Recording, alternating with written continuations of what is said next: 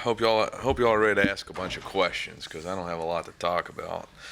So first off, good luck to the basketball team in the SEC tournament. Congratulations to Coach Gates on USA Today recognizing him as SEC Coach of the Year. And fifth practice today. Always good to get out there and coach. It's been great to see the transfers and the young guys, sharpen their skills. It's been really good to see the veterans come out and continue to compete and get better. And,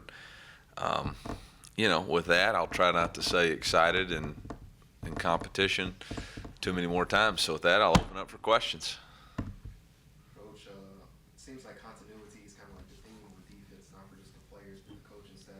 With you bringing in Kirby, how does that kind of help you and Kirby kind of get the offense prepared and settled so you don't have to really worry about defense too much? Well, I still worry about everything.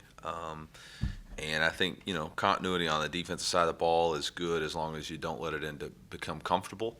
You got to be constantly pushing the limits and testing new things and continuing to press and push for growth. So I don't think that's, on the defensive side of the ball, I don't think any of us think we've arrived or where we want to be. It's not like we finished in, the top 10 in the country in defense. So there's a lot of room for improvement there. On the offense side of the ball, it's tough, honestly, because we're going against a defense that's established and we're putting in new things. And so maybe we don't have quite as good a grasp, able to execute quite as fast as other guys because they're thinking. But we're working and we'll get there. And there you go.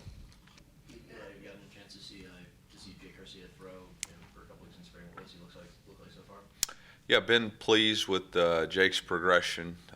He's got really good arm talent, does a nice job handling the offense. Obviously there's been good and bad days, but more good than not. I've been really impressed with Dylan Leibel. He has taken advantage of every rep that he's gotten since Sam is not full speed, and he has really played well and makes really good throws and decisions. You can tell that he's played a lot of football with the speed of the game doesn't bother him, and he's been able to quickly grasp our system. So been very impressed with both of those guys. Eli, I talked to Coach Luker a lot yesterday about Cody's progressions. He said, last year at this time he was 6th, maybe 7th on the depth chart. Just where have you seen him grow into a leadership role this time compared to last year at this time? Yeah, I think it's always hard when you're first coming in and earning something to provide leadership, but now that he has consistently demonstrated who he is and what he's about, and he's performed at a high level, he's able to, display that character and competency that it requires to lead. He's been consistent in who he is on a day-to-day basis, so our players recognize that consistency. They recognize the character of who he is, and then obviously the competency with which he's played the game at a high level in the SEC. Obviously, we're asking him to continue to improve, not only in blitz pickup, but also making the first guy miss. You never question Cody's work ethic. That's his biggest edge, is that he outworks the competition. So for us, it's not necessarily about getting him too many exposure reps. It's about continuing to see those things come to light when he gets his opportunities. When you reach the end of these spring practices, what is first and foremost are you and Coach Johnson looking for out of your offensive line? Yeah, we're just on 5, so we got a long way to go before we get to the end. We're looking for consistency and then figuring out who the best 5 are. There's obviously some experienced players coming back, but there's some new guys, and we got to figure out what gives us the best chance as a unit to function as one, 5 playing as one. And there's a lot of really good young guys showing development. I've been very impressed with Val. Val is playing some really good ball at right tackle. I think Tristan Wilson is developing at a rate that's been very good. Curtis Pegler's coming along. EJ's still not quite where he needs to be in recovering from surgery. Wish we would have gotten him back a little bit sooner, but I have been excited about where that group's going. We still aren't consistent enough. Our defense has given us fits with some of the pressure stuff, and Connor's got to continue to be more consistent snapping the ball. That is an issue that we have to continue to correct or create competition in order to correct it. What's been your Yeah, he's having to get more comfortable being in a right-handed stance, which is a lot more not difficult, but it's just different than what he's been doing. But Marcellus has a great approach to the game. The way he takes care of his body, the way he concentrates, the way he works extra, the way he studies film. You can tell he's a man with a purpose and on a mission, and been very pleased with the way he attacks it. He's open to constructive criticism. He doesn't take coaching personal. He makes mistakes, and he works really hard to correct those mistakes. With Marcel's at right tackle, Armand kind of moves to the inside. What have you seen from that transition from Armand so far? Yeah, good things and things are correct. Good things and things are correct, and that's the process with anybody when they move in. And the closer you get to the ball, the more power you have to have, and the quicker everything happens. And so, him just adjusting to the foot speed that he's going to need. He's plenty powerful player, but just understanding that box that he's in and how much power and quickness he has to play with.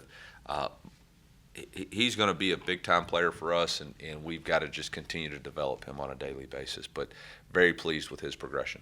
You mentioned the pass rush is giving some guys fits. Who in that defensive end room is standing out? Well, I said blitzes. I didn't say pass rush. I said blitzes have been giving us fits. But, I think Johnny Walker has been very consistent for us. We've challenged him with his weight to be physical at the point of attack, and he has done that so far.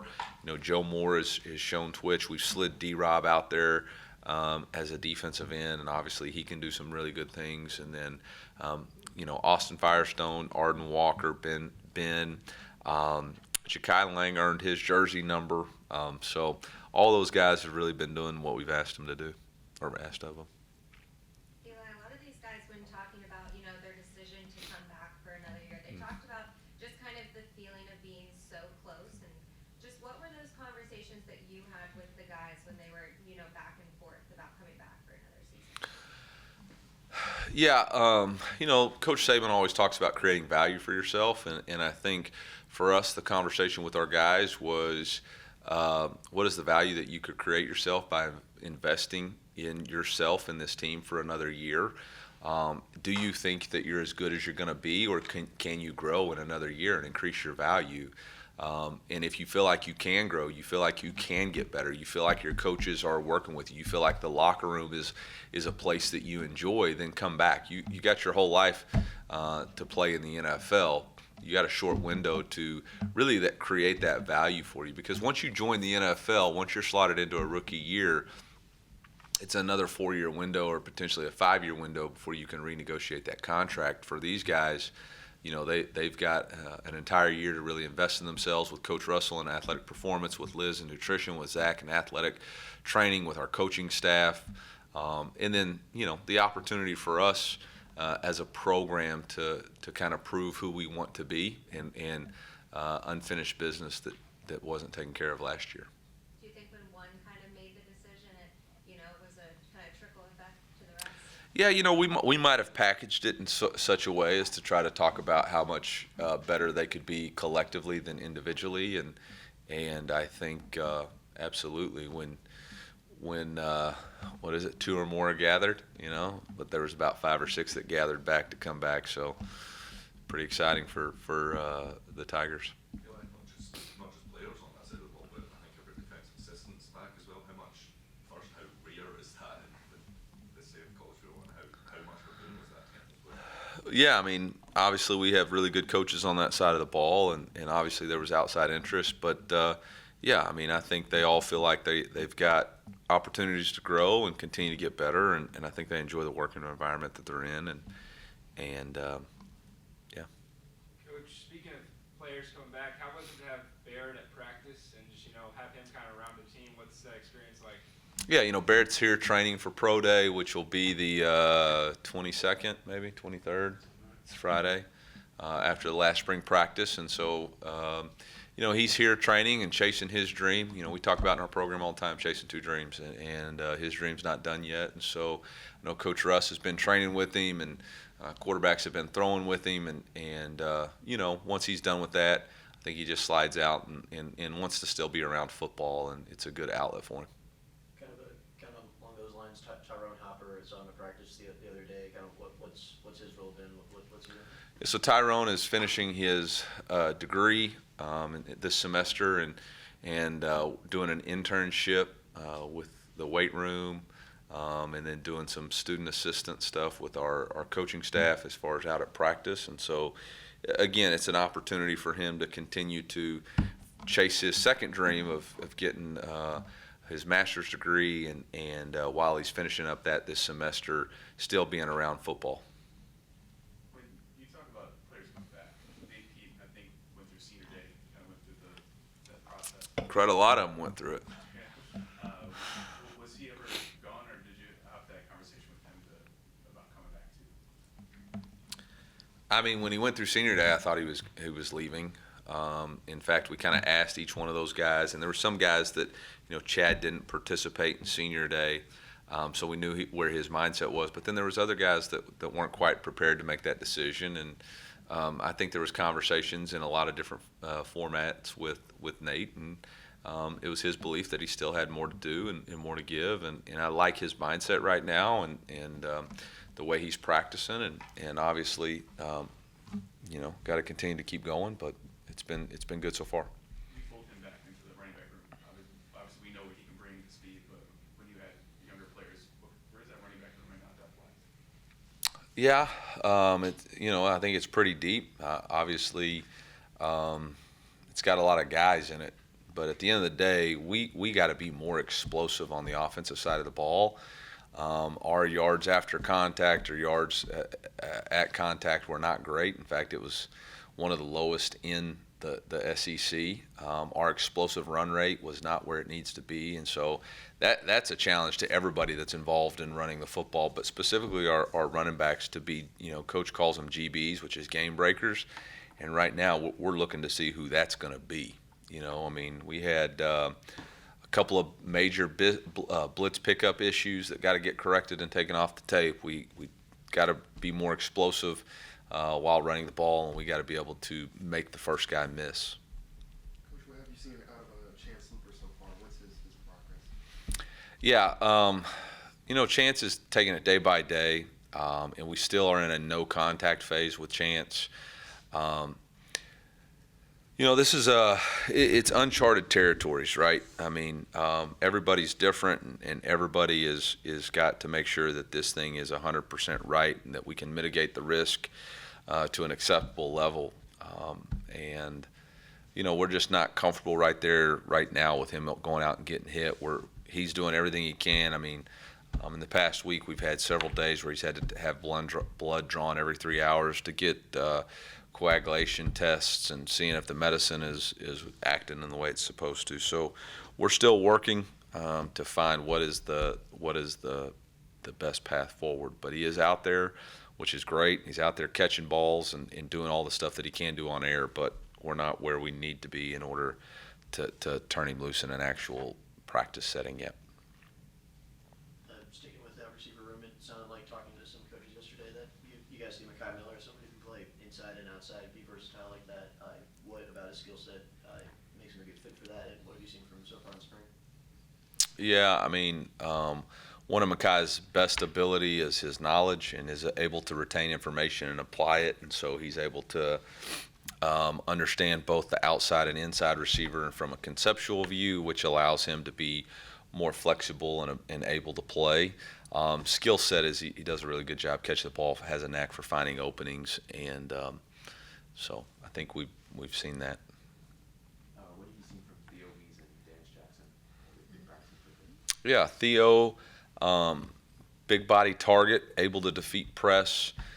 Need to give him more shots down the field. Haven't created enough vertical throws down there. We're only in practice 5, but has done a nice job in some one-on-ones getting those. Dennis has got really good speed, and he's played in the SEC, so he knows what the physicality level is, and he's going to be a lot of fun to watch.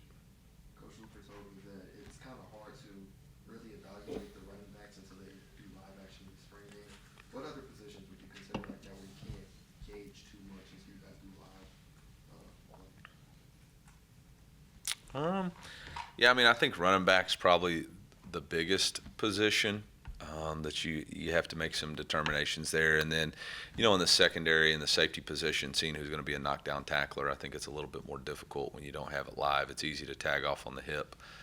It's a lot harder to actually wrap and get that person to the ground. And then, quarterbacks. Anything else, guys?